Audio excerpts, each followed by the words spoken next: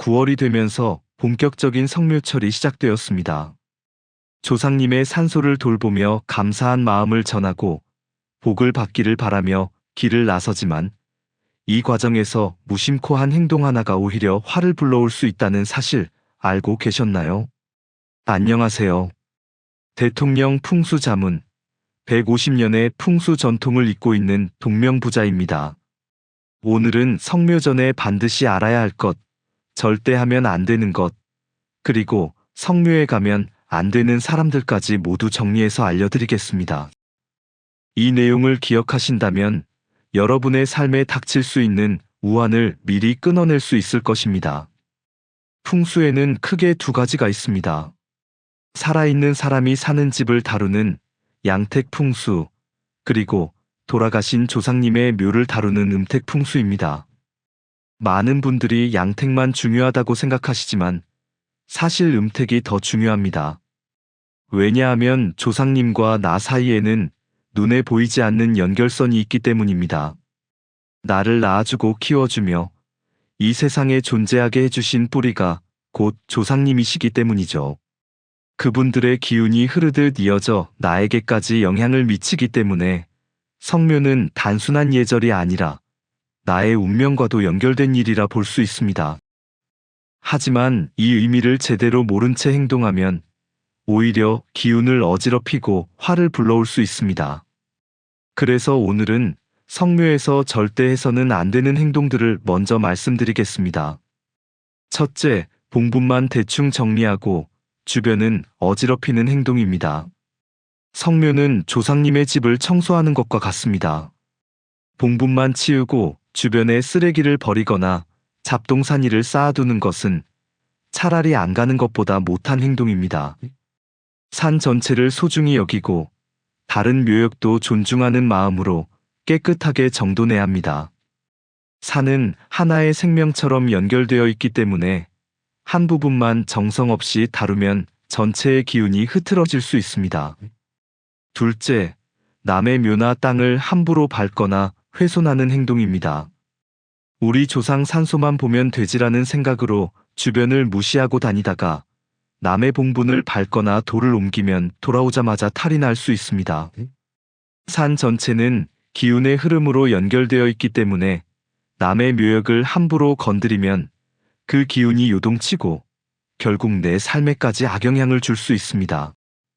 셋째, 대규모 공사를 즉흥적으로 진행하는 행동입니다. 벌초하다 보면 축대가 무너졌거나 봉분이 훼손된 경우가 있습니다. 이럴 때 그 자리에서 당일 처리하려고 하지 마세요. 나를 다시 잡고 일진과 방향을 살펴 전문가와 함께 진행해야 합니다. 음택풍수는 한번 잘못 건드리면 돌이키기 어렵습니다. 당장 눈앞의 편리함보다는 장기적인 안전과 기운의 흐름을 먼저 고려해야 합니다. 넷째, 재물을 대충 준비하거나 가공식품 위주로 올리는 것입니다.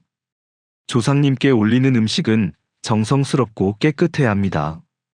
제철 과일이나 자연식 위주로 준비하는 것이 좋습니다. 고인이 생전에 좋아한 음식이라도 너무 인공적이거나 가공된 음식은 피하는 것이 좋습니다.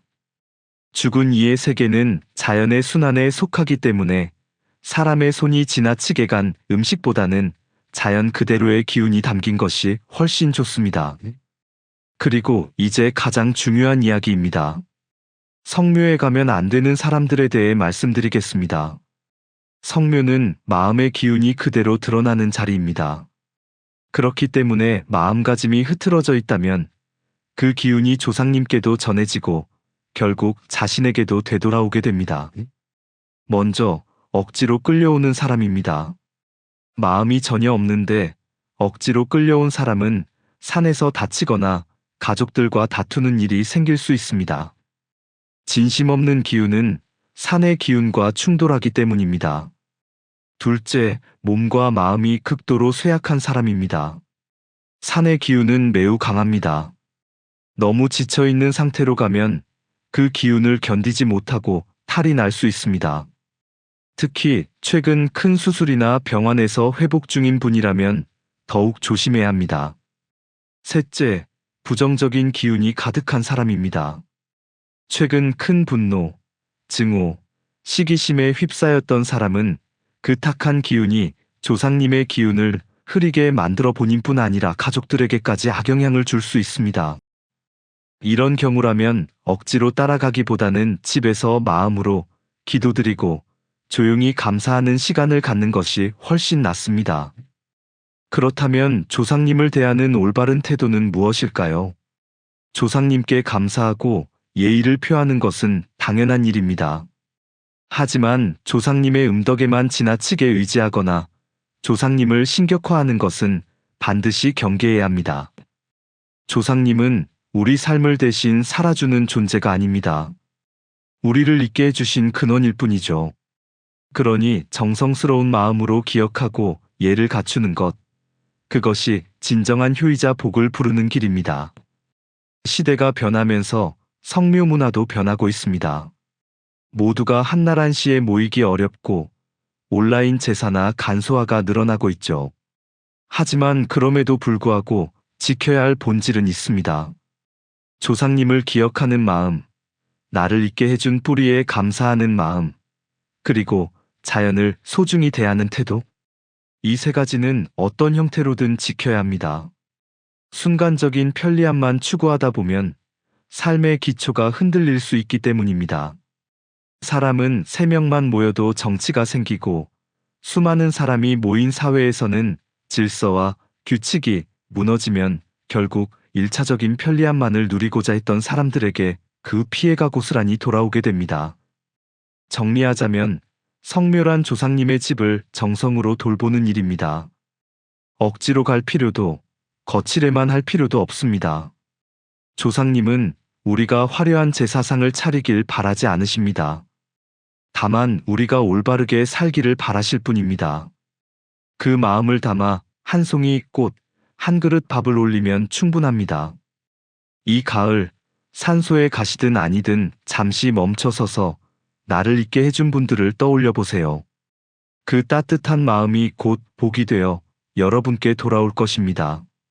오늘 말씀드린 성묘시 절대 하면 안 되는 것, 성묘에 가면 안 되는 사람들, 그리고 조상님을 대하는 올바른 태도 꼭 기억하시길 바랍니다. 여러분 가정에 평안과 복이 가득하길 진심으로 기원드립니다. 오늘도 시청해주셔서 감사드리고 영상이 도움이 되셨다면 좋아요, 구독, 알림 설정 꼭 부탁드립니다. 정확한 정보만 전달드리는 동명부자와 함께 오늘도 부자 되세요.